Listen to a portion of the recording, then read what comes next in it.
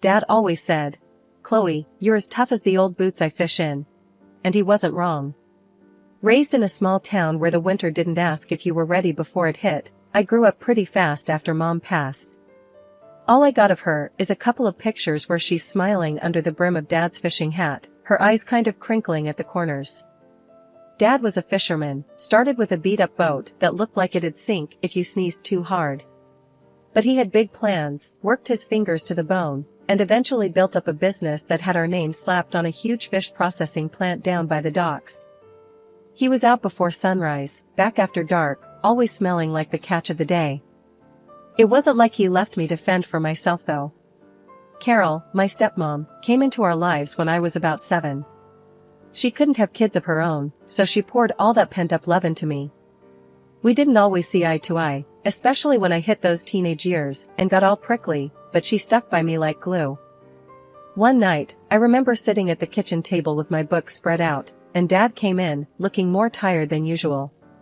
Carol had fixed him his favorite, salmon, pan-fried just right, and he slumped down at the table, gratefully. "Thanks, love," he said to Carol, then turned to me with a look. "School going okay, kiddo?" "Sakai. Just boring," I shrugged, scribbling something in my notebook. "Boring," she says. "You hear that, Carol? Our girl's gonna be a genius, and she's bored." Dad chuckled, his eyes crinkling like Mom's in those old photos. Carol just smiled, ruffling my hair a bit too roughly. She'd better be, with college costs these days. That was our life. Simple, sometimes a bit rough, but filled with enough laughter to keep the cold out. When high school was done, I was itching to see more than icy roads and fish. I told Dad I wanted to go to California for college. He wasn't too thrilled at first, all that distance, but he knew I had it in me to make something of myself. "California, huh? You'll melt out there." He'd joke, but one evening, he got serious. We were fixing one of the nets, hands all tangled up in ropes and seaweed. "Dad, I gotta go. It's not enough here for me," I admitted, not wanting to hurt him but needing him to understand. He was quiet for a long moment, just working the ropes. Then, he nodded. "All right, Chloe. You go make us proud. But promise you'll call your old man, huh?" So I went. Off to California with my dreams in one hand and a promise in the other. Maybe I was naive, maybe just young, but either way, I was ready, or so I thought. Stepping off the plane in California, the sun hit me like a slap in the face, warm and bright and relentless. Not a lick of the cold, harsh winds of Alaska. My first thought? Dad was right, I was gonna melt. College was a whole new world. Campus was buzzing with folks from all corners, talking fast about things I hadn't even heard of. I bunked with a girl named Jess, a local who took one look at my flannel and boots combo and said, "You're not in Alaska anymore, girl." "I can see that," I shot back, trying not to feel like a fish out of water. Jess laughed, a good, hearty sound. "You'll fit in just fine. Everyone does eventually." Classes kicked my butt at first. Economics isn't for the faint-hearted, and I had to hustle harder than I thought. Nights were long, coffee-fueled marathons with books and laptops. One day, slumped over a textbook in the library, a guy dropped into the seat opposite me. He had a smile that seemed too easy. "That looks intense. Preparing to take over the world?" "Just trying not to fail my midterms," I said, pushing up the glasses that had slid down my nose. "Ah, the humble student life. I'm Michael, by the way." He extended a hand, and I shook it, noting the firm grip. "Chloe. Nice to meet you," I replied, then went back to my books. Michael was in some of my classes, and we kept bumping into each other. We started having lunch together, sharing complaints about bosses and deadlines. Michael was easy to talk to, made me laugh more than I expected. It wasn't long before we started dating. He was different from the boys back home, smoother, more polished, but with a charm that felt genuine. A few months in, Michael's mom invited us over for dinner. I was nervous, smoothing down my dress, while Michael just grinned and told me, she's going to love you." His house was nicer than I expected, and his mom, Linda, was all smiles and hugs. She was a bit intense, asking a million questions about Alaska, my dad's business, and my plans for the future. "So, Chloe, Michael tells me you're quite the catch, what with your economics degree and all. You thinking about the long haul with my son here?" she asked, her eyes sharp but not unkind. I choked on my water a bit, coughing while Michael clapped me on the back. "Mom, give her a break," he laughed, but Linda just waved him off. "I'm just saying, it's good to think about these things," she said, serving up more food than I could possibly eat. The night ended with Linda whispering to me as we said goodbye, "You're good for him, Chloe. I can tell." Driving back, Michael was quiet for a long time before he said, "So, what do you think? About us, I mean?" "I like where this is going," I said, feeling a mix of excitement and nerves. "Let's see where it leads, okay?" "Okay," he agreed, and for the first time in a long time, California didn't feel quite so far from home. As I lay in bed that night, the distant sound of the ocean in my ears, I thought about Dad and Carol. They'd be happy for me, I figured. Happy that I was finding my way, making connections, maybe even building a future. The wedding was a blur, flowers, smiling faces, and a dress that felt a bit too tight. After all the dancing and cheers, when we finally settled into living at his mom Linda's house, reality started to set in. "Chloe, you'll see, it's easier this way. Mom needs us, and we can save up for our own place," Michael reassured me one evening as we unpacked our wedding gifts in what used to be his old room. "Yeah, I guess you're right," I replied, trying to sound more convinced than I felt. The room still had his high school trophies and old posters on the walls. It didn't feel like ours, it felt like I was just visiting. Things were fine for a while. Linda handled most of the house chores, letting me find my footing at my new job and in this new role as a wife. But about 6 months in, everything changed overnight. "I went to the doctor today, Michael. My back's worse, and he says I need to take it easy," Linda announced one night at dinner, her voice tinged with worry. "Of course, Mom. Chloe and I can take on more around the house, can't we?" Michael said, turning to me. I could only nod, my mind racing with what that meant. Before I knew it, Linda's version of taking it easy meant I was doing everything from cleaning to cooking, with her supervising from a kitchen chair. "You'll want to add more salt to that, dear. Michael likes his food with a bit more flavor," she'd say, watching me fumble around with the spice jars. One day, as I was elbow deep in scrubbing the bathroom, Michael called me. "Hey, Chloe, Mom's really not doing well." I was thinking, maybe you should consider taking some time off work to handle things around here. I stopped scrubbing, the sponge dripping in my hand. "Take time off? Michael, I just started getting the hang of things there," I protested, feeling a mix of anger and disbelief. "It's just temporary, babe. For Mom. We need to look out for her," he pushed, his voice firm, leaving no room for argument. So, I did it. I quit my job, telling myself it was the right thing to do, the family thing. But days turned into weeks, and my job at the office turned into full-time housekeeping.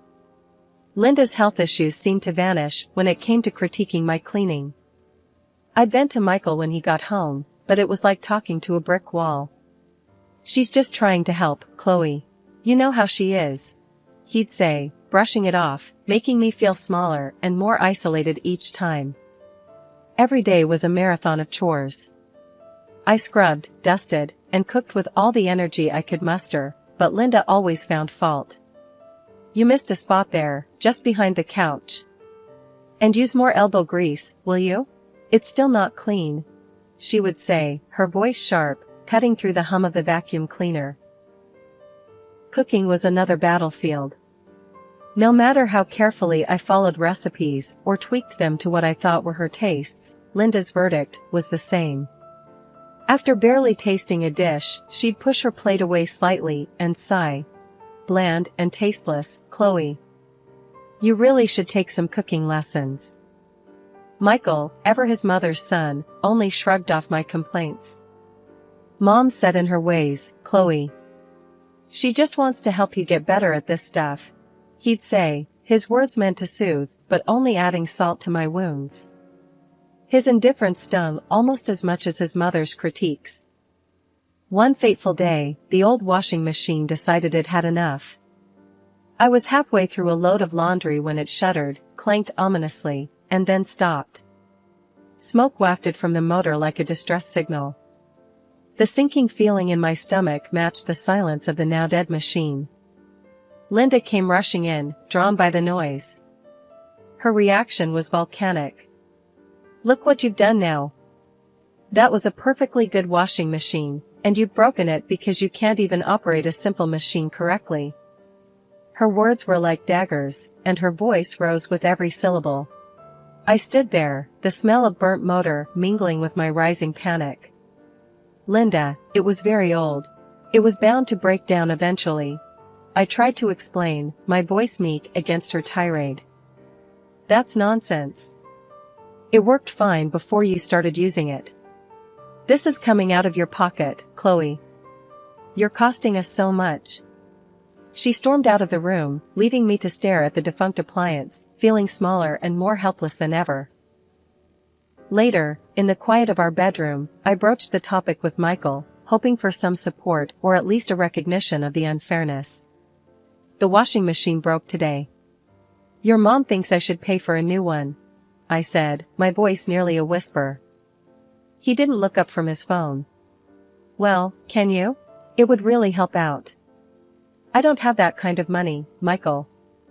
You know I left my job," I reminded him, a desperate edge creeping into my tone. "Then ask your dad. He can afford it," he replied casually, as if I were discussing buying a new dress rather than solving a crisis inflicted by his mother.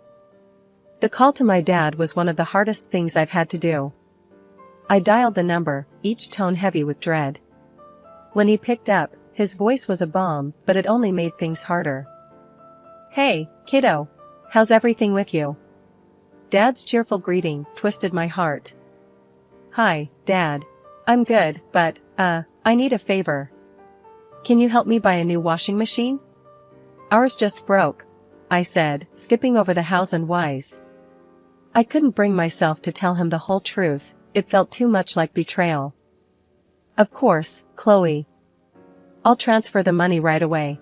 Don't you worry about a thing," he replied, his willingness to help both a relief and a burden. When the money came through, Linda oversaw the purchase of a new, top-of-the-line washing machine, boasting of its features to anyone who would listen. Before long, things went from bad to unbearable. It started with her asking for money to cover minor repairs around the house, a leaky faucet here, a cracked tile there. But soon, those small demands escalated into full-blown renovations. "Chloe, this house deserves to look its best. We need to live in a place that reflects our status," Linda would assert, as if it were the most natural thing in the world to upgrade her living room or the kitchen on a whim. I tried to resist, to suggest we budget or delay some of the work, but she brushed off my concerns with a wave of her hand. The first few times I called Dad to ask for money, I felt a knot in my stomach. He always answered with a smile, happy to see me, even if it was just on a screen.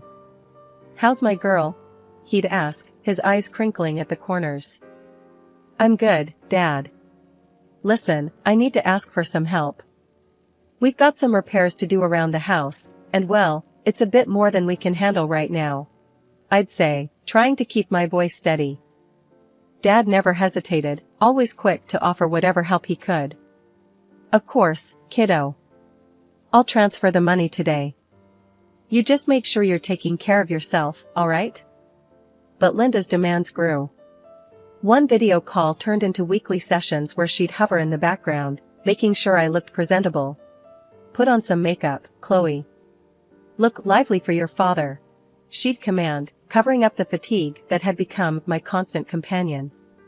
It wasn't just the house that was being transformed. Linda decided she needed a new car, something more fitting for her status. And then, clothes from branded stores, because appearances matter, Chloe. Each request for money chipped away at my independence and my relationship with my father. I felt like a puppet, reciting lines Linda had given me. She made sure I never had a moment alone during those calls. If I even hinted at needing to talk to Dad in private, she'd find a way to interrupt or end the conversation quickly. Michael wasn't any help. He'd come home late, often smelling of booze, shrugging off my attempts to talk about how out of control things were getting. "It's what families do, Chloe. They help each other out," he'd slur, dismissing my concerns. Then I found out I was pregnant. It should have been a moment of joy, but my heart sank knowing how Linda would react. True to form, when I told her, her first response was not congratulations, but calculation. "This is wonderful news. Think of all the things the baby will need. You'll have to talk to your father, we'll need to set up a nursery, and babies need so much stuff," Linda enthused, already listing things to buy. Her excitement wasn't about the baby, it was about the new avenue for requests for money. "Make sure to look happy when you tell him. We want to make sure he's willing to help out with everything the baby needs," she instructed me before another choreographed call to my father. Sitting there, waiting for the screen to connect, I felt the lowest I had ever felt. I was about to bring a child into this mess, into this cycle of dependency and deceit that I couldn't seem to break free from. "Hey, Dad," I began, forcing a smile that felt more like a grimace. "I have some news, I'm going to have a baby." Dad's face lit up, a genuine moment of happiness in the charade my life had become. "That's wonderful, Chloe. Absolutely wonderful. You know I'll support you in any way I can." Living with Linda and Michael had become unbearable, but it grew worse after the birth of my baby. The days and nights merged into an endless cycle of demands, criticisms, and exhaustion. Michael was hardly ever home, and when he did show up, his presence only added to the tension. "You've really let yourself go, haven't you?" Michael would sneer, eyeing me as if I were a stranger, not the mother of his child. "You look like an elephant. I can't even stand to sleep next to you." His words cut deeper than knives, leaving scars no one could see. I cried most nights, silently, the sobs shaking my body while I tried to muffle the sound with a pillow so as not to wake the baby or attract Linda's attention. The baby didn't sleep well, up at all hours, crying more often than not. I was running on fumes, every day a test of my endurance. One particularly tough day, I was so exhausted that I fell asleep while a casserole was in the oven. The smell of burning woke me, but not before Linda stormed into the kitchen. "What on earth are you doing? You're wasting food, Chloe. Do you know how hard I work to provide for this family?" Linda screamed as she yanked the blackened casserole from the oven. I just fell asleep for a moment. I didn't mean to," I stammered, trying to apologize. "No excuses. You're not eating today. Maybe that will teach you to pay attention," Linda decreed, her voice cold and unforgiving. I was stunned, the hunger already gnawing at me. But worse was knowing I needed nutrition to breastfeed my baby, who depended entirely on me. Yet, I felt powerless to argue with her, the fear of further reprisal keeping me silent. That same night, Michael came home drunk. He stumbled through the door, his eyes barely focusing on me as I tried to soothe our crying baby. "Can't you keep that child quiet?" he barked, his voice laced with venom. "I'm trying, Michael. He's just fussy tonight," I said, my voice weary, holding our baby a little closer. Unsatisfied and belligerent, Michael pushed me, his hand shoving against my shoulder hard enough that I stumbled and hit the doorframe. Pain shot through me, but my first instinct was to protect the baby in my arms. That moment crystallized everything for me. The fear, the pain, the desperation, I couldn't live like this anymore. Not for me, not for my baby. This wasn't a home, it was a prison. Michael's stumble seemed minor to him, but to me, it was the last straw. Waiting for the right moment to leave was the hardest part. I watched the clock tick, each minute stretching endlessly until the notification came, another transfer of money from my dad. It was then I knew I had to make my move. Michael and Linda were both out for the day, and the house felt strangely silent, almost like it was holding its breath along with me. I dressed quickly, pulling on my old warm jacket and wrapping my baby tightly in his blanket. Every movement was calculated, silent, the fear of them coming back early gnawing at my insides. I grabbed a small bag that I had packed days ago, the essentials only, some clothes for me, and the baby in diapers. With my baby secured in my arms, I stepped outside, locking the door behind me one last time. The taxi ride to the airport was a blur, my heart pounding so loud I could barely hear anything else. I kept looking over my shoulder, paranoid that Michael or Linda might pull up behind us. At the airport, I bought the tickets, my hands shaking as I handed over the cash. The amount drained nearly all the money I had, but it didn't matter. We were going to be safe, we were going to be free. I turned off my phone, cutting off any chance they had to track me down or persuade me to come back. Landing in Alaska was like stepping into another world. The biting cold slapped me awake from the haze of anxiety and fear that had clouded my mind. I hailed another taxi and gave the driver my dad's address. As we drove, the familiar landscapes of my childhood rolled past, each mile bringing a surge of memories and a flicker of hope. I arrived at my dad's house late at night. The porch light was a beacon in the darkness. With my baby now asleep against my chest, I walked up the steps and rang the doorbell. The wait felt like an eternity. Then, the door swung open, and there was my dad, his face etching from confusion to shock as he took in my appearance, exhausted, disheveled, my eyes swollen from crying. "Chloe, what's happened? Are you okay?" His voice was laden with concern. Tears streamed down my face as I stepped inside. "Dad, I had to leave. I couldn't stay there any longer. Please, I need your help." He didn't ask any more questions. He just wrapped his arms around me and my baby, pulling us into the warmth of the house. Carol came down the stairs, her expression turning from sleepy curiosity to alarm as she saw me. "Oh, Chloe," she gasped, rushing to embrace us. "What's going on?" I broke down, the story pouring out of me in between sobs, the control, the isolation, the despair, Michael's indifference, Linda's manipulation. They listened, their faces growing grim with every detail. Without a word, Dad stepped away and came back with his phone in hand. He dialed with a steadiness that belied his age. "I'm calling the police, and then I'm getting the best lawyer we can afford. We're going to fix this, Chloe. You're safe now. You're home." The courthouse was a blur of activity, but inside, the world seemed to slow down as I took the stand. Giving my testimony against Michael and his mother, Linda, was one of the hardest things I'd ever done. My voice shook as I recounted the details of the abuse and manipulation, but I felt a strength I didn't know I had, fueled by the desire to protect my child and reclaim my life. The judge's gavel sounded like a shot of finality when he fined Michael for his abusive behavior.